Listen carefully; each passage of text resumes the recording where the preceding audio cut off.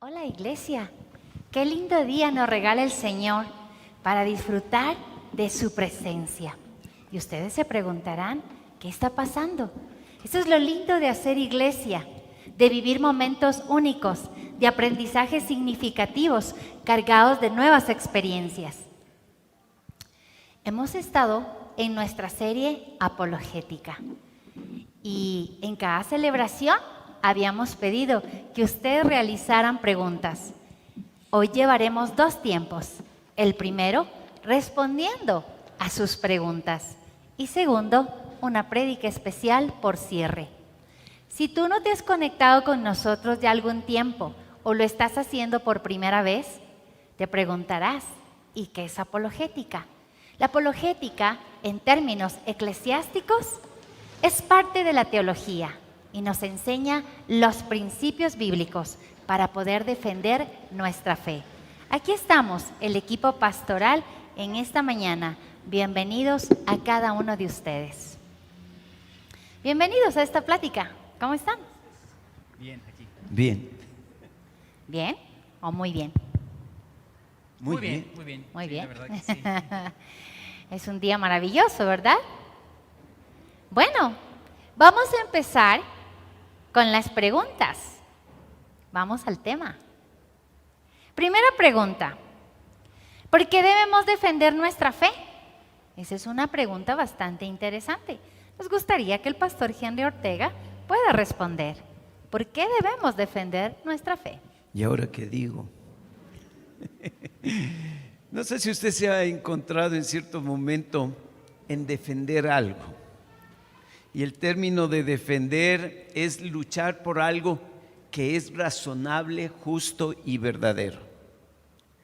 Y lo interesante de defender la fe tiene un sentido, de poder declarar la verdad que la tenemos.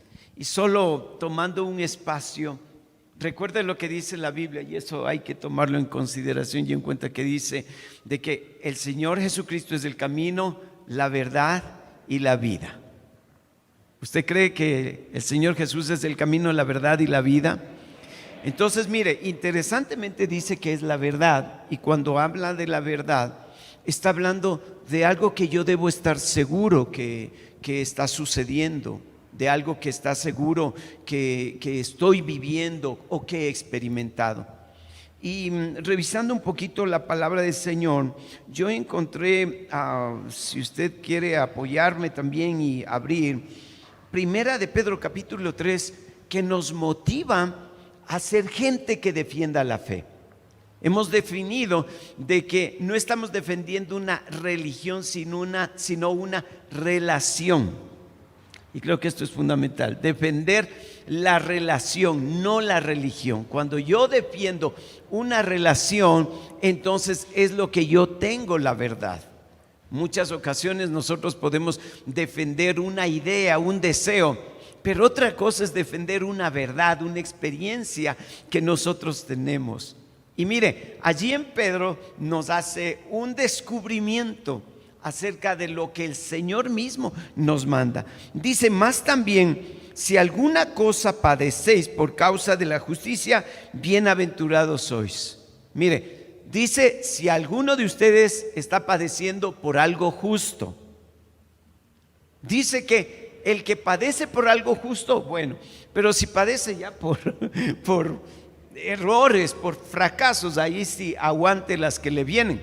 Pero si usted está sufriendo por algo justo, entonces allí hay que aprovechar, porque el Señor es el que nos va a defender. Y mire cómo dice, por tanto, esta palabra es impresionante, me gusta, no os amedrentéis por temor de ellos. ¿De qué? De quienes les hablen a ustedes por defender una verdad. Dice, no se pongan temerosos, no tengan miedo de eso. No os amedrentéis por temor de ellos, ni os conturbéis. Esto es, no se aloquen, no se desesperen, no pierdan la paz. Si es que alguien les está refutando algo, no pierdan la paz, porque ustedes tienen la verdad.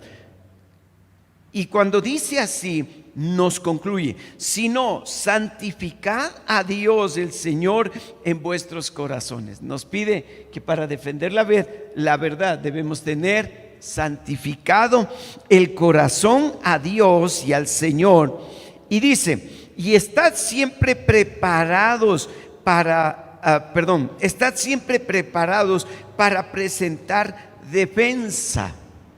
Así que la Biblia dice que usted tiene que defender la palabra del Señor, pero nos habla defender con mansedumbre. ¿Por qué tenemos que defender?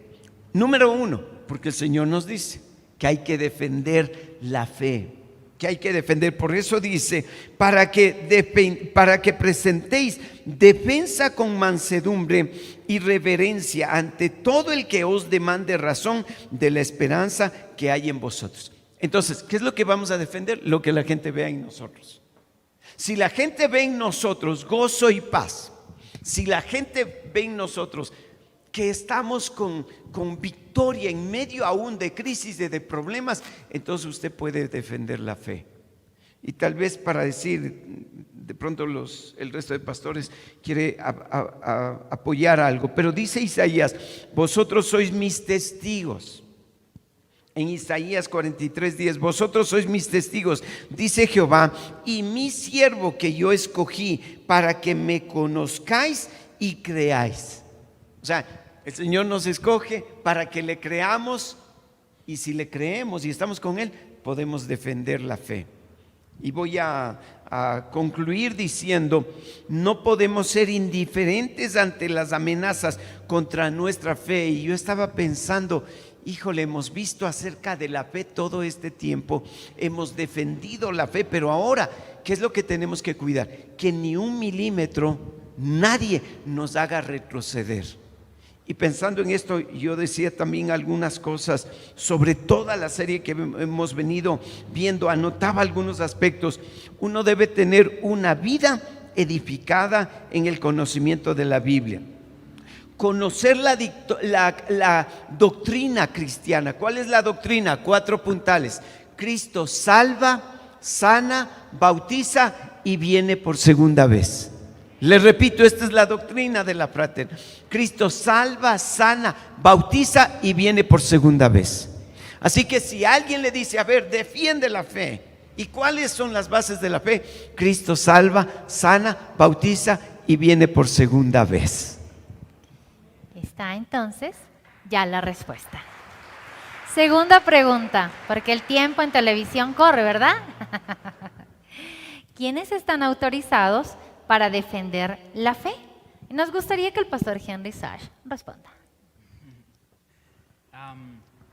Bueno, yo creo que esa es una pregunta que tiene algunos como puntos, ¿no? Yo creo que número uno, como decía el pastor, y sí, en primera de Pedro 3 nos habla de eso, el verso, aquí está, 15, que dice que si alguien pregunta acerca de la esperanza que tienen como creyentes, estén siempre preparados para dar una explicación, pero háganlo con humildad y respeto, ¿no? Entonces yo creo que es muy importante para un cristiano que pueda saber defender la fe.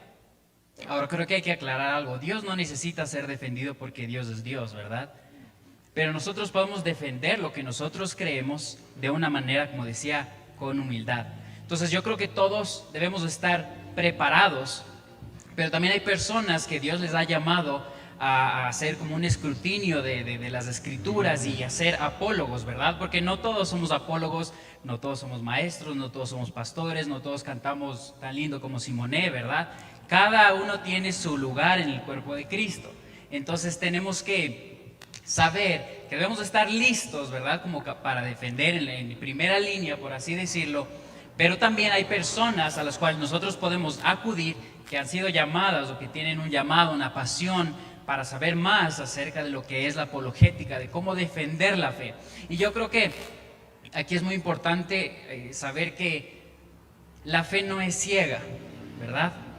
La fe no es ciega, no es que porque así alguien me lo contó y así es como yo vivo la vida, sino que es parte de una experiencia que tenemos con Dios y también con la Escritura. Y creo que también es bueno saber acerca de lo que ahora se dice, ¿no? De defiende tu verdad, de cuál es tu verdad, porque tú eres tú y tú eres quien dice o quien manda en tu vida y cosas así.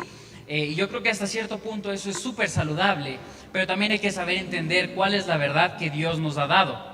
Entonces, saber defender también cuál verdad, yo creo que es ya 50% de la batalla ganada, ¿no? Entonces, tenemos que saber que la verdad está en Cristo Jesús y que hay muchas cosas que quizás sean nuestra verdad, pero que no estén alineadas a la palabra de Dios. Entonces, cuando alineamos nuestra vida a la palabra de Dios, yo creo que ese es un buen punto de referencia para poder empezar a defender la fe. Si algo se sale de las escrituras, si algo se sale, si algo alguien se inventa, ¿verdad? Ya por ahí hay algo que no está muy bien. Así que saber la verdad y estar listos para poder defender nuestra fe y poder hacer preguntas también a las personas correctas, creo que es muy importante, porque preguntar a cualquiera también no funciona. Así que, para resumir, todos, pero también hay personas específicas que Dios les ha dado un don, una pasión para estar en ese tema mucho más metidos que el resto de nosotros. Muy bien, ¿verdad? Vamos a la tercera pregunta. Ya casi ustedes están resumiendo mi prédica. ¿Por qué debemos defender la Biblia si fue escrita por hombres? He escuchado esto muchas veces y la voy a repetir. ¿Por qué debemos defender la Biblia si fue escrita por hombres? Nos gustaría que intervenga el pastor Rafael. Ahí sí puede ser pastor. Ahora que digo. No, es interesante entender. Yo estaba revisando algunas cosas y alguna vez me llamó mucho la atención algo a saber que la Biblia fue escrita antes de que existiera el lápiz y el papel. Fue escrita en papiros. Algo que ha durado o ha permanecido. Y me quedo con algo que decía Henry, decía que la fe no es ciega. Y yo creo que la Biblia, si nosotros nos pusiéramos de acuerdo en escribir sobre un tema en especial, dijéramos vamos a escribir sobre un tema y cada uno se va a un lugar distinto, si nosotros juntáramos esos escritos, van a tener una perspectiva diferente de cada uno de nosotros. Y sin duda de pronto va a tener un mismo tema, pero no va a tener una congruencia en lo que haya o una continuidad de lo que haya. La Biblia fue escrita por hombres y dice en Timoteo, en el segundo libro de Timoteo, capítulo 3, versículo 16, dice: toda la escritura es un mensaje enviado por Dios y es útil para enseñar, reprender, corregir y mostrar a la gente cómo vivir de la manera que Dios manda. En otra versión dice, es inspirada por Dios. Aquí dice, es un mensaje enviado por Dios. En otra versión dice, es inspirado por Dios. Creo que no hay nada mejor inspirado por Dios que nos hable de tres aspectos que quiero tomar en cuenta. Lo primero es un tema histórico. Es decir, hay algo que nos relata y que no solo es histórico, sino que han sido sometidos a temas, por ejemplo, científicos, y los científicos corroboran que muchas de las cosas que pasaron ahí es real. O sea, hablamos de una historia, está comprobado científicamente que hay algo que es real. Otra de las cosas, puedo entender que es un libro que me lleva a conectarme con el autor, ¿no? ¿Y cómo puedo corroborar eso, que me conecte con el autor? Con algo tan sencillo. En el Antiguo Testamento, los profetas, hablo de Ezequiel, hablo de Isaías, por ejemplo, hablaban de que iba a venir un Mesías. Y se cumplió. Y no estamos hablando de un corto tiempo, hablan de años de lo que iba a pasar. Y se cumplió. Hoy por hoy, la Biblia es el libro más actualizado que existe. Porque todo lo que está escrito ahí se está cumpliendo y se va a cumplir. Es decir, que es un libro realmente actualizado y que cada una de las promesas que Dios las ha puesto ahí se están cumpliendo. Eso quiere decir que ¿quién puede conocer el pasado, el presente, el futuro? Solo es Dios. Dios inspiró o Dios dio a los hombres la capacidad de escribir de lo que iba a pasar. Y eso se está cumpliendo. Entonces, ¿Por qué creer en un libro que fue escrito por hombres? Claro, fue escrito por hombres, inspirado por Dios, y es un libro que tiene actualidad, y todo lo que pasa en el libro se está cumpliendo. Hermoso, ¿verdad? Y solo algo, un pequeño detalle en esto. Hay dos cosas en 2 de Timoteo mismo, capítulo 2, donde dice el versículo 7, considera lo que digo y el Señor te dé entendimiento en todo, entendimiento para poder comprender la palabra del Señor. Pero hay algo que me tocó ahorita que estabas hablando, dice, en el cual sufro penalidades hasta prisiones a modo de malhechor. Pero este es tremendo. Mas la palabra de Dios no está presa. O sea, cómo Dios libera la palabra para que todos podamos tenerla. Así es. Interesante también cuánto nos ama Dios, que en su obra maestra nos hace partícipes. Y es así como hizo partícipes a estos hombres para que escribieran la palabra, pero está claro que es con toda la revelación del Espíritu de verdad, como dice la palabra. Y la última pregunta, ¿por qué creer en Dios si no puede ser percibido por los sentidos? Ver para creer. ¿Por qué? ¿Quiero responder? ¿Cuál era la pregunta? Perdón, otra vez. ¿Por qué creer en Dios si no puede ser percibido por los sentidos? Yo creo que ahorita no recuerdo, creo que se llama el cuadrilátero de Wesley, si no estoy mal, en el que se dice que para tener o sea, lo fundamental de la fe cristiana tiene 4 pilares. 2, ahorita me acuerdo, voy a ser sincero, solo 2 me acuerdo ahorita. Pero uno de ellos es la escritura, la otra de ellas es la experiencia. Entonces yo creo que hay que saber que, o sea, tenemos diferentes maneras de conectarnos con Dios. Entonces no siempre va a ser sentir, ¿verdad? No siempre va a ser como que a algunas personas les pasa que empiezan a temblar, otras se ríen, diferentes experiencias, ¿verdad? Eso puede pasar, pero no necesariamente significa que solo cuando eso pase nos estamos conectando con Dios. Entonces yo creo que cada persona también, y eso es lo interesante de la vida cristiana, que Dios sabe cómo conectarse con cada persona. Entonces quizá yo no lo puedo sentir, pero yo sé que está ahí por medio de tal o cual situación, y en mi vida he tenido algunas de esas, ¿verdad? En las cuales quizá yo no he escuchado, un ángel no ha bajado para decirme, Dios está contigo, hijo, o algo así, ¿verdad? Pero sé que Dios está ahí porque quizá algo en mi vida pasó que cuando veo para atrás digo, no hay manera de que eso no, o sea, de que eso no sea Dios. Entonces yo creo que si no lo podemos sentir, no es una excusa para no decir que no estamos conectándonos con Dios, sino que hay que saber que Dios trata diferente con cada persona, por eso que nos ha hecho únicos, con diferentes maneras de expresarnos y de la misma manera con diferentes maneras de conectarnos con Él. Así que yo creo que esa es mi respuesta personal. Yo hoy día, en la mañana que venía, pensé en la reencarnación. Si yo fuera paloma, o me haría paloma. Porque vi una palomita muerta ahí y me dio pena, o sea, me hizo pensar. Pero inmediatamente viene a mi mente algo interesante. Qué privilegiados somos nosotros de la vida. Razón más que suficiente para poder saber de que algo poderoso está sucediendo en mí. Entonces, saber, no pueden percibir mis sentidos así fácilmente, pero cuando veo algo, yo digo hay algo más grande, razón para poder estar seguro de que hay un Dios sobre mi vida. Nosotros fuimos formados alma, cuerpo y espíritu. Y el cuerpo es, alguien decía que somos seres espirituales teniendo experiencias físicas.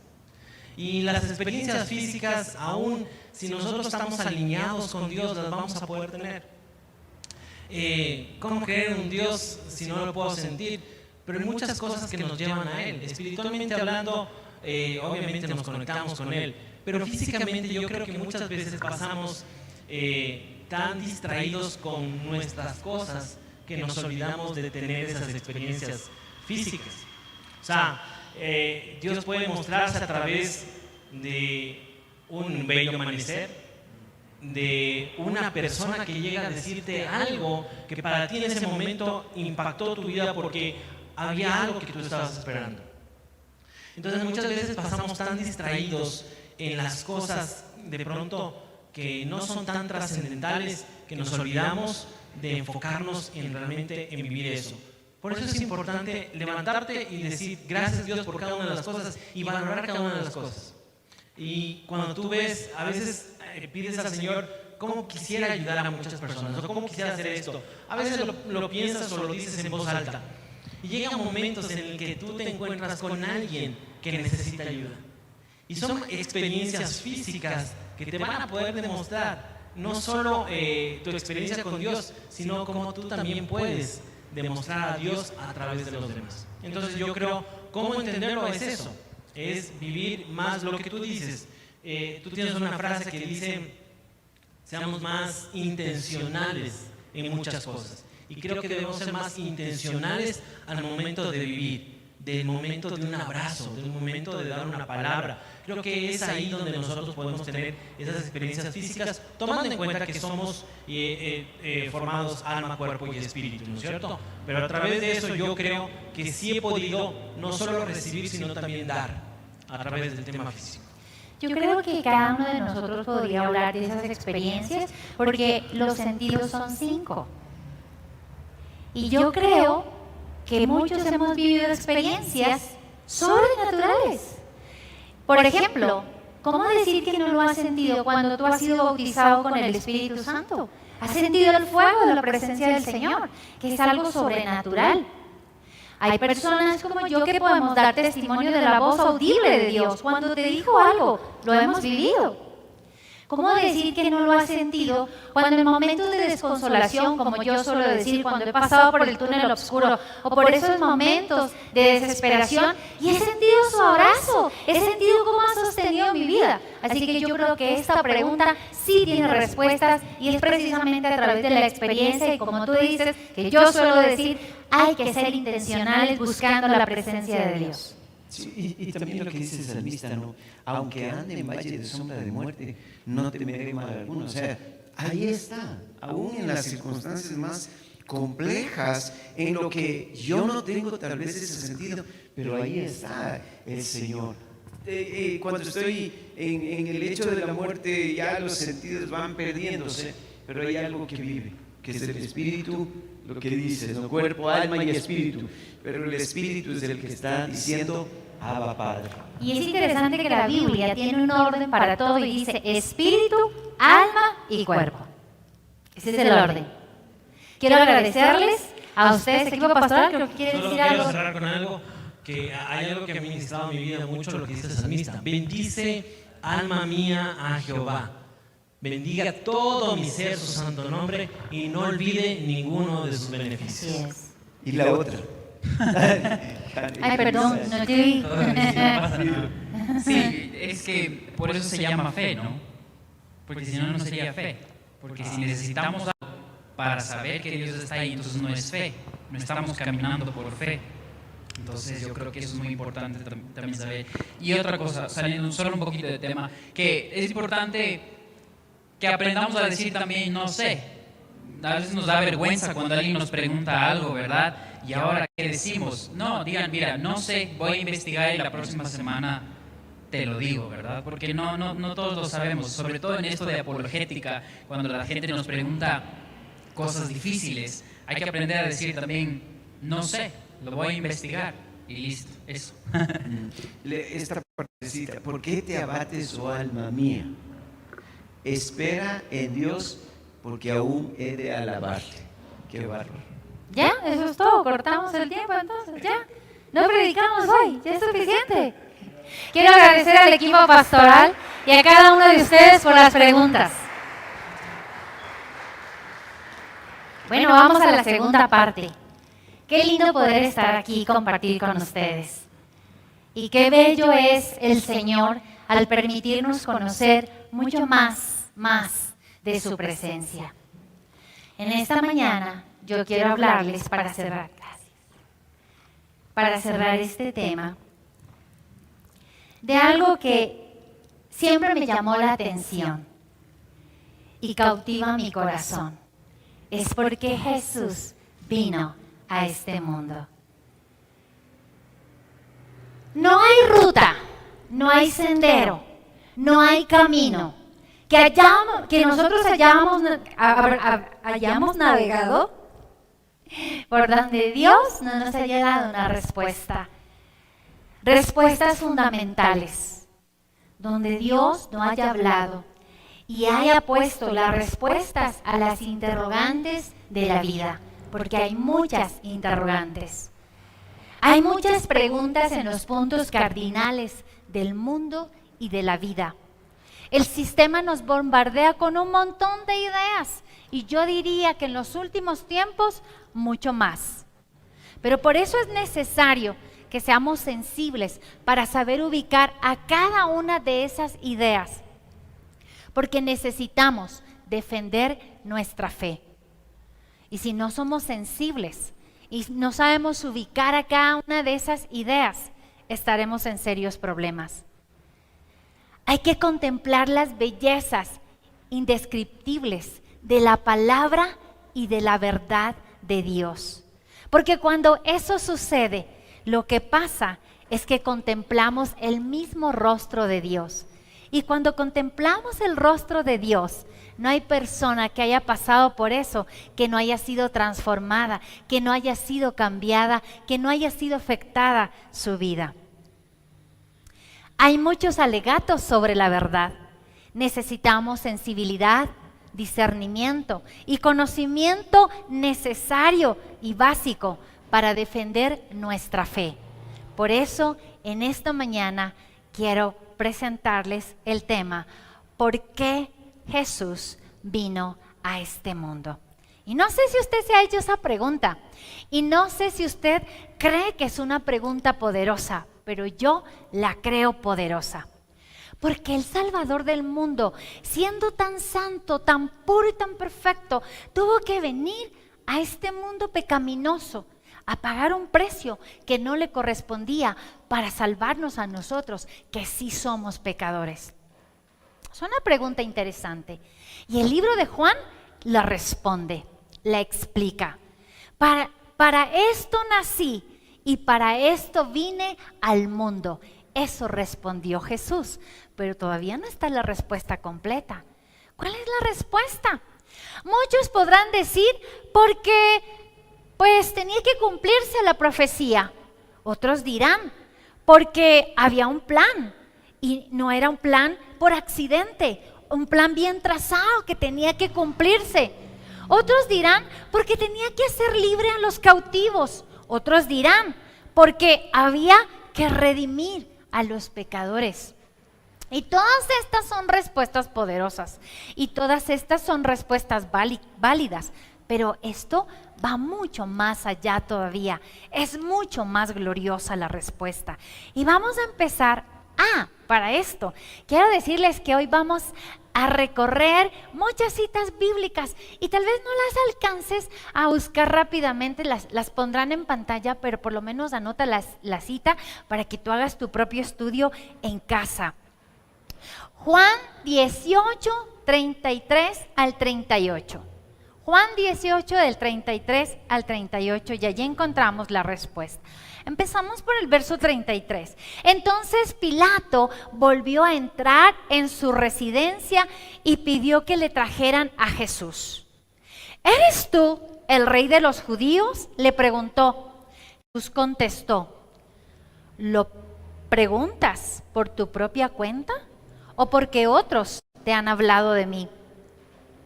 ¿Acaso yo soy judío?, replicó Pilato. Tu propio pueblo y sus principales sacerdotes te trajeron a mí para que yo te juzgue. ¿Por qué? ¿Qué has hecho? Jesús contestó, mi reino no es un reino terrenal. Si lo fuera, mis seguidores lucharían para impedir que yo sea entregado a los líderes judíos. Pero mi reino no es de este mundo. Pilato le dijo, ¿entonces eres un rey? Tú dices que soy un rey, contestó Jesús. En realidad, yo nací y vine al mundo para dar testimonio de la verdad. Aquí está la respuesta. Todos los que aman la verdad reconocen que lo que digo es cierto. ¿Qué es la verdad?, preguntó Pilato. Entonces salió de nuevo a donde estaba el pueblo y dijo: este hombre no es culpable de ningún delito. Jesús está de pie frente a Pilatos. El rey del universo está frente a un gobernante. Así es la escena. Y responde: yo nací y vine al mundo para dar testimonio de la verdad. Así que si pensábamos que vino para cumplir profecías, para redimir a los pecadores, para libertar a los cautivos, es cierto. Pero lo más importante y lo principal es que vino al mundo para dar testimonio de la verdad. Lo que está en juego todo el tiempo. Todos sabemos que al hablar de corte estamos hablando de juicio. Y eso es lo que estaba pasando. Había un juicio en proceso. Y era Jesús el que iba a testificar. Y era la verdad la que iba a ser juzgada. ¿Cuántos de ustedes han pasado por un juicio? Bueno, quiero decirles que sí he vivido esa experiencia. Y creo que no hay peor juicio que el que uno vive en la infancia frente a su mamá, la peor jueza que puede existir. A mí me pasó muchas veces, porque era demasiado inquieta, demasiado traviesa. Y claro, entonces resultaba un daño, una travesura, y nos llamaban a los 3, a los 4, los que estemos presentes. Pero siempre mamá me clavaba sus grandes ojos y me miraba a mí, ya como dictaminando sentencia, porque era la más traviesa. Y claro, en muchas ocasiones tenía razón. Y la verdad iba a salir a la luz y yo iba a ser la culpable. Pero también en otras ocasiones esperaba que la verdad salga a la luz porque yo no me comí el chocolate, porque yo no regué la leche, porque yo no rompí el vaso. Así que creo que todos hemos pasado en algún momento por un juicio. Pero también los he pasado por los reales, juicios laborales, en donde es increíble ver cómo van testigos falsos que en tu vida los has visto, pero aseguran que tú dijiste o que hiciste algo. La verdad siempre está en tela de duda. Y eso es lo que estaba pasando. Jesús era el testigo y la verdad estaba siendo juzgada. Hoy vamos a hacer un recorrido por algunas de las escrituras que nos hablan del poder de la verdad. Juan 1:17, pues la ley fue dada por medio de Moisés, pero mientras que la gracia y la verdad nos han llegado por medio de Jesucristo. Juan 14:6, Jesús les contestó: yo soy el camino, la verdad y la vida. Nadie puede ir al Padre si no es por medio de mí. Juan 17:17, hazlos santos con tu verdad, enséñales tu palabra, la cual es verdad. Juan 4:24, pues Dios es espíritu, por eso todos los que lo adoren deben hacerlo en espíritu y en verdad. Las dos primeras citas bíblicas nos hablan por medio de quién nos llegó la verdad, y la verdad nos llegó por medio de Jesucristo, y eso no lo podemos olvidar. Por eso Él dijo: yo soy la verdad. Y entonces es interesante entender cómo defender nuestra fe, pues a través de Jesucristo, porque es el único mediador entre Dios y los hombres. Y las dos siguientes citas bíblicas nos hablan de cómo alcanzar esos niveles espirituales, de cómo llegar a esa santidad, pues es a través de Jesucristo, Jesucristo que es la verdad. Por eso dice, enséñales tu palabra, la cual es verdad. Y luego nos habla de cómo llegar a ser adoradores, lo que precisamente decíamos, cómo llegar a tener esas experiencias sobrenaturales, porque la adoración va más allá de cantar una linda canción.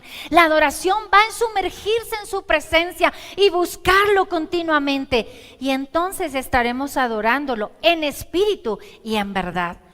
Juan 8:32, y conocerán la verdad, y la verdad los hará libres.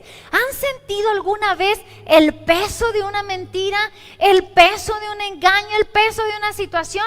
Quiero contarles una historia. Estaba en mis primeros años de colegio. Y no sé si hasta ahora, no lo sé, estoy un poquito descontinuada en lo educativo, pero ¿recuerdan ustedes que nos decían que vamos a tener puntos por presentar nuestros cuadernos? Y yo me lucía escribiendo con la mejor letra y poniendo los cromitos que llevaran el dibujo con el contexto, con el texto, con el contenido. Pero no era como ahora que tenemos todas las facilidades del internet y de sacar copias. No, en aquel entonces no. Y conste que no soy muy viejita. Entonces necesitaba un cromo que le dé sentido al contenido que yo había escrito. Y no lo encontraba. Entonces fui a la pequeña biblioteca que teníamos en casa y busqué y encontré un libro, un texto escolar. ¿Y qué creen que hice? Lo recorté sin saber de quién era. Lo pegué, lo presenté y me saqué muy buena nota. Pero había un cargo de conciencia en mí. Yo decía, ¿y de quién habrá sido ese libro? Y tenía tal cargo de conciencia que decidí contar mi pena. Y encontré a una de mis hermanas y le dije, te quiero contar algo. Te quiero contar que yo necesitaba una figura y recorté este libro. Y ella me miró intensamente y me dijo, Heidi, ese libro es mío. Bueno, pero ya conté y me sentí libre. Y así yo sé que cada uno de ustedes tiene experiencias de haberse encontrado con la verdad. Y por eso dice la palabra, y la verdad nos hace libres. Juan 14, 16 al 17, y yo le pediré al Padre y les dará otro abogado defensor, quien estará con ustedes siempre. Me refiero al Espíritu Santo, quien guía a toda la verdad. El mundo no puede recibirlo porque no lo busca ni lo conoce, pero ustedes sí lo conocen porque ahora Él vive con ustedes y después estará en ustedes. Juan 16, 13, cuando venga el Espíritu de verdad, Él los guiará a toda la verdad.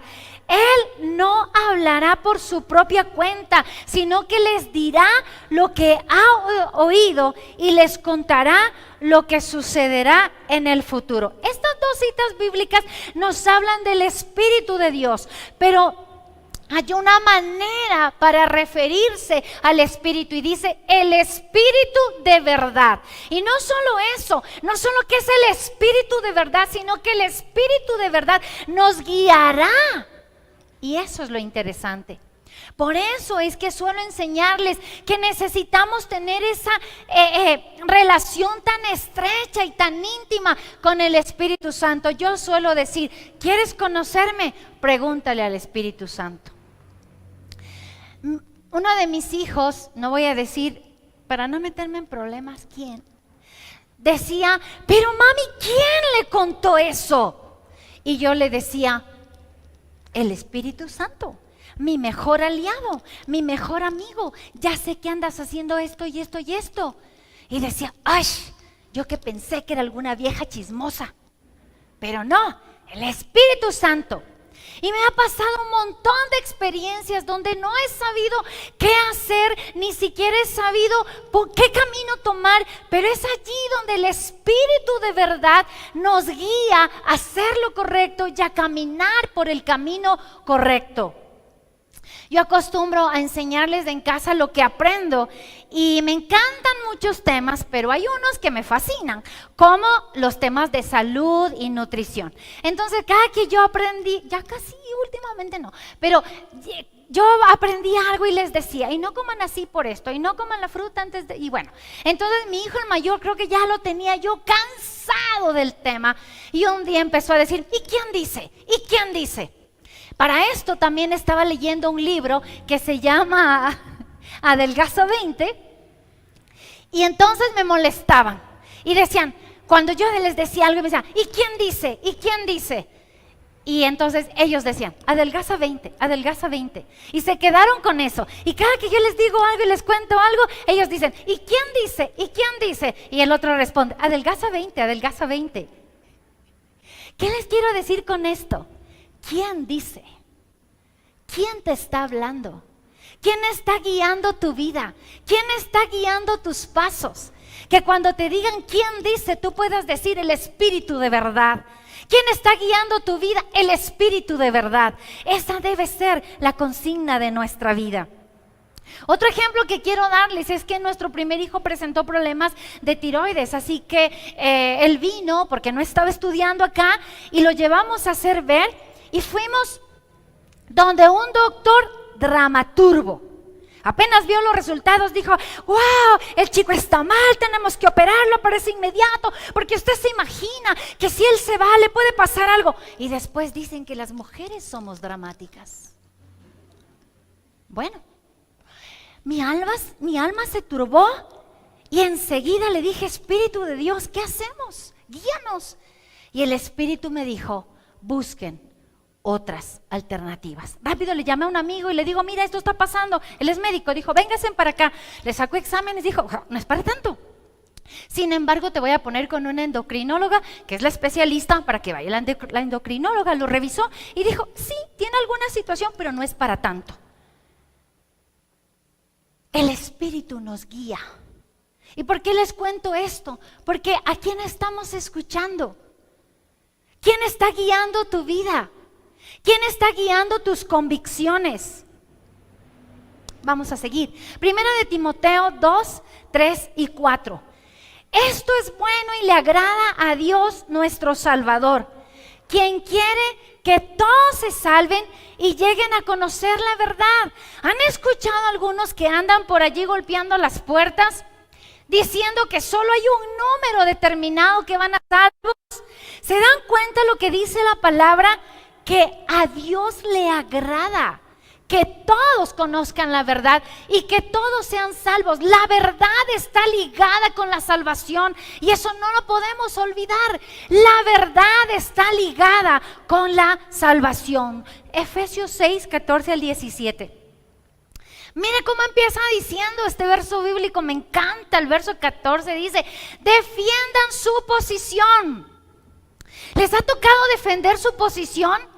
Ustedes conocen a las feministas, conocen a esos movimientos que defienden su posición y otros defienden su deporte y otros defienden sus ideas. Y aquí está diciendo, defiendan su posición. ¿Cuál posición? Poniéndose el cinturón de la verdad y la coraza de la justicia. Pónganse como calzado la paz que proviene de la buena noticia a fin de estar completamente preparados. Además de esto, de todo eso, levanten el escudo de la fe para defender las flechas encendidas del diablo. Pónganse en la salvación como casco y miren cómo cierra.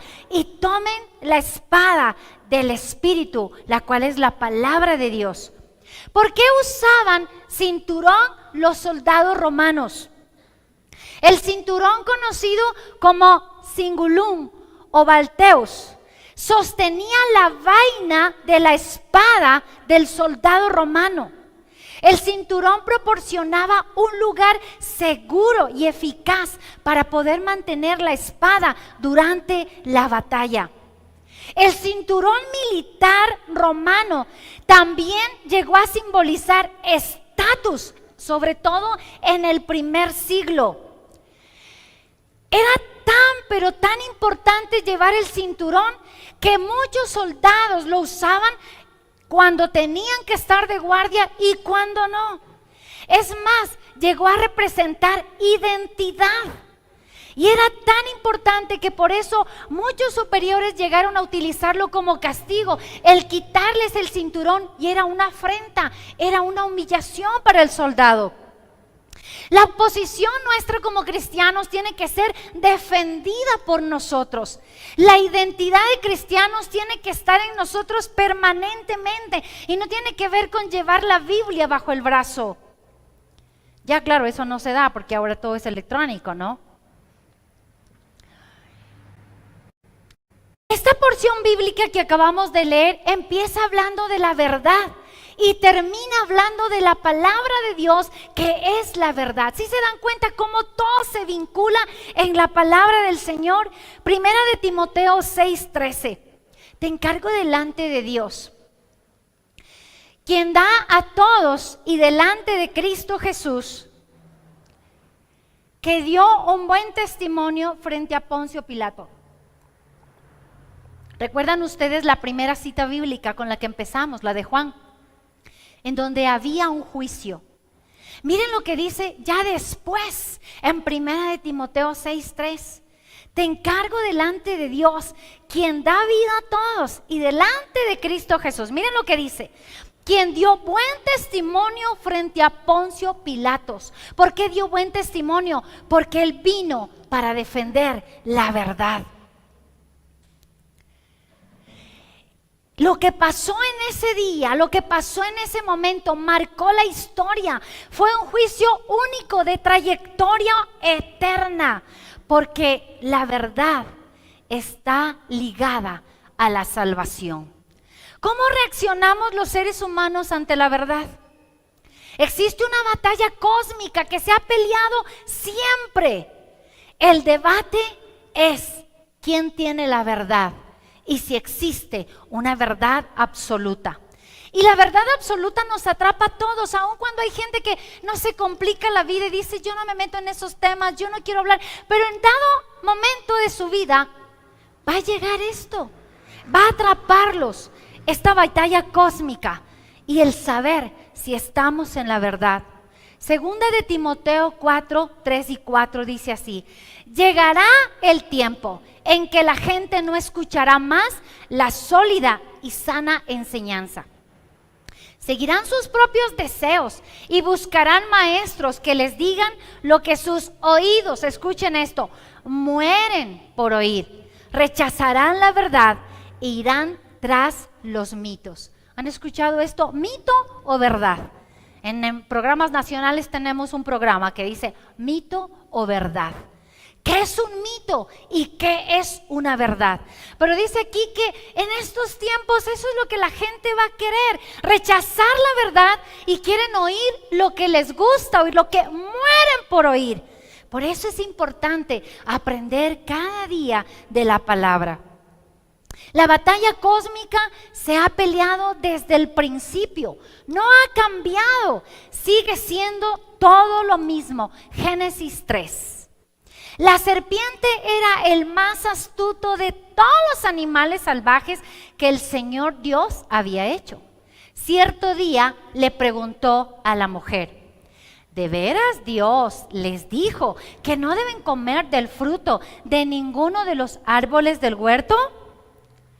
Claro que podemos comer del fruto de los árboles del huerto, contestó la mujer. Es solo del fruto del árbol que está en medio del huerto que no se nos permite comer.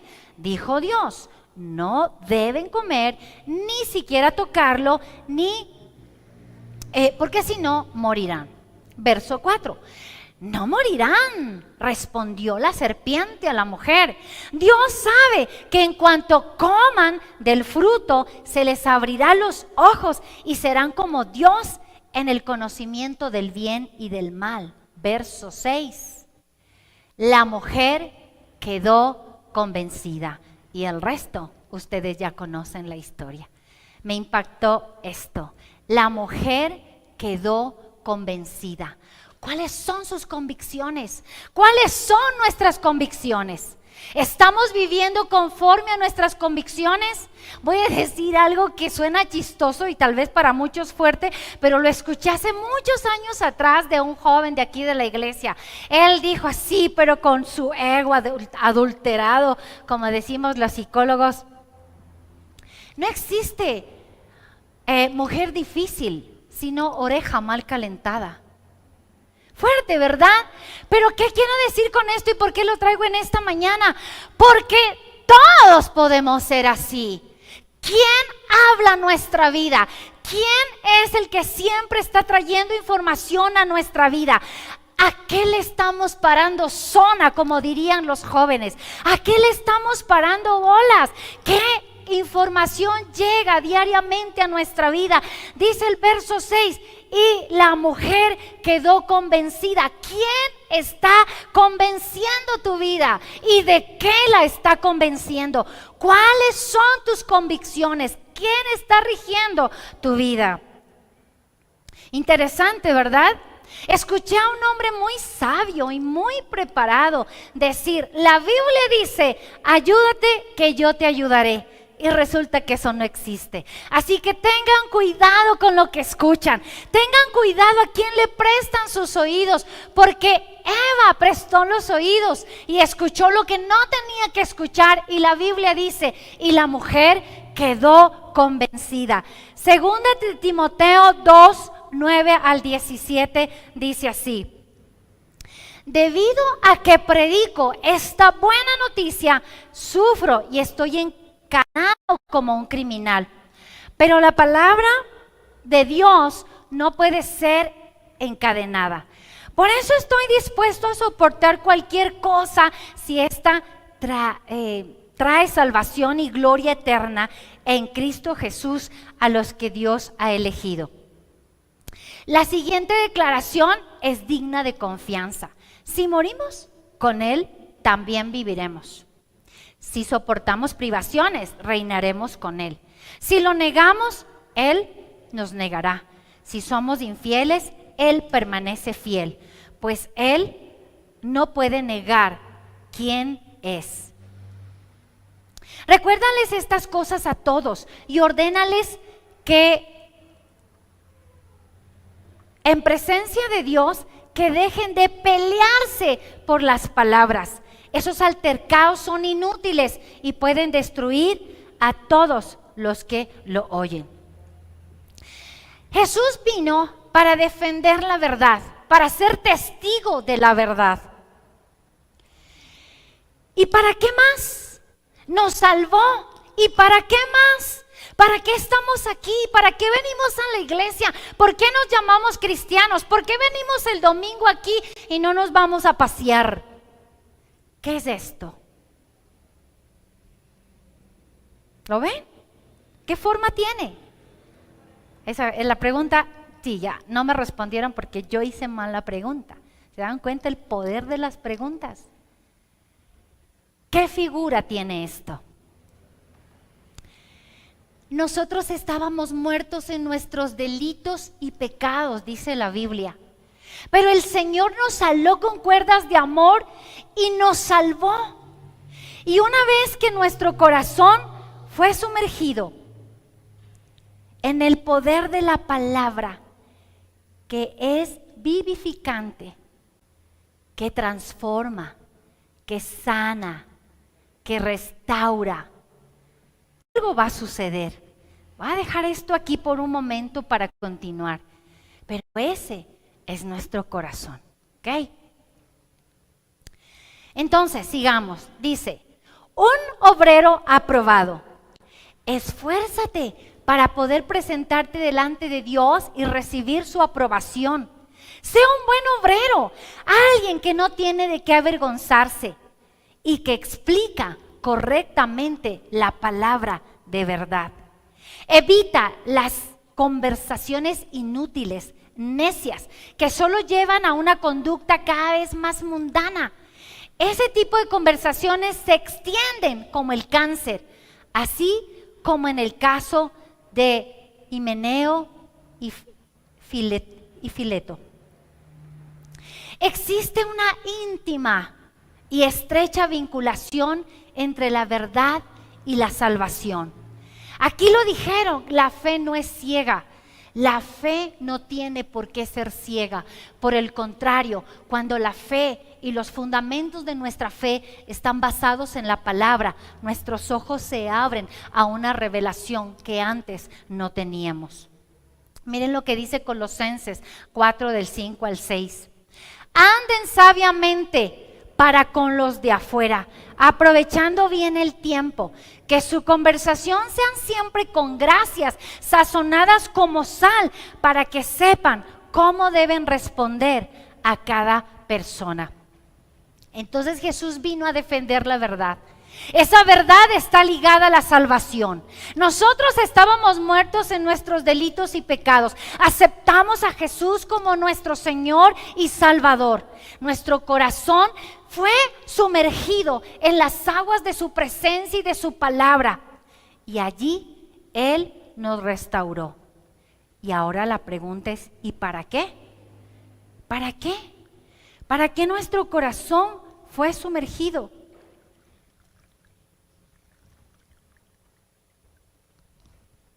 Para ser ahora un instrumento de Dios y defender la verdad. Allí se sumergió nuestro corazón y ahora somos un instrumento de Dios. ¿Para qué? Dice aquí, no entren en vanas palabrerías, discusiones, y a veces la verdad o la defensa de la verdad te puede llevar. Y he conocido a mucha gente que me dice, yo no quiero saber nada de ustedes, de los cristianos, porque llegan a nuestras casas y nos dicen, saquen esto, rompan esto, quemen esto, porque esto es pecado, porque esto es esto. A eso se refiere. No puedes llegar a la casa de otro a decirle lo que tiene que hacer. Lo que tú tienes que hacer es ser de verdad. Lo que tú tienes que hacer es ser testimonio. Lo que tú tienes que hacer es llevar palabras sazonadas con sal, con buen sabor, para que la gente diga, yo quiero lo que tú tienes. Porque nuestro corazón amargado ya fue sumergido en la presencia del Señor y ahora somos instrumento. ¿Para qué? Para secar el sudor del cansado, para secar las lágrimas del que está dolido, para traer paz al que no tiene, para traer esperanza al que la perdió. Para eso, porque en el tribunal se peleó y se defendió la verdad. La verdad es Cristo. Pero yo no creo que nadie aquí haya sido tratado por Jesús de la manera incorrecta, porque Él nos ama con amor eterno y vino y nació y murió para defender la verdad. ¿Y cuál es la verdad? Que tenemos un Padre bueno, que tenemos un Padre que nos ama, que tenemos un Padre que tiene un propósito grande con nuestra vida, que tenemos un Dios que todo lo perdona, que todo lo sana y que ha escrito nuestro nombre en el libro de la vida para que vayamos a gozar con Él allá en la eternidad. Así que no peleemos, solo mostremos la verdad. Y quiero terminar con esto que me pareció tremendamente importante. ¿Por qué vino Jesús aquí a la tierra? Fue la pregunta. Él estuvo en un juicio y era quien daba el testimonio. Quien estaba siendo juzgada era la verdad. Entonces la pregunta es, ¿y por qué murió Jesucristo? Jesucristo murió porque Él dijo, yo soy la verdad. Y lo lindo de la historia es que la verdad no ha muerto, resucitó al tercer día y vive más latente que nunca. Yo escuché alguna vez una frase que me encantó, porque la palabra de Dios es más actualizada que el periódico de mañana. Así que viva la palabra y que viva Dios en nosotros, y que como Cristo defendió la verdad, fue testigo de la verdad, nosotros seamos testigos de la verdad y defendamos nuestra fe. Señor, yo bendigo en esta hora a cada uno de aquellos que han escuchado tu palabra y aquellos que la escucharán más adelante. Señor, que tu presencia en nosotros nos llene a tal manera que entendamos la verdad y que compartamos con otros la verdad sin pelear sin juzgar, sin criticar. Que así como tú nos has amado con amor eterno, nos has tenido paciencia, nos has considerado, nos has entendido. Así, Señor, seamos nosotros con aquellos que están cautivos por falta de la verdad. Que nuestras palabras al predicarles sean sazonadas con ese sabor de amor. Enséñanos a hacer luz y enséñanos a mostrar la verdad y a defender nuestra fe. Señor, yo quiero bendecir a cada hombre y a cada mujer en esta mañana. Que tu presencia sea sobre ellos.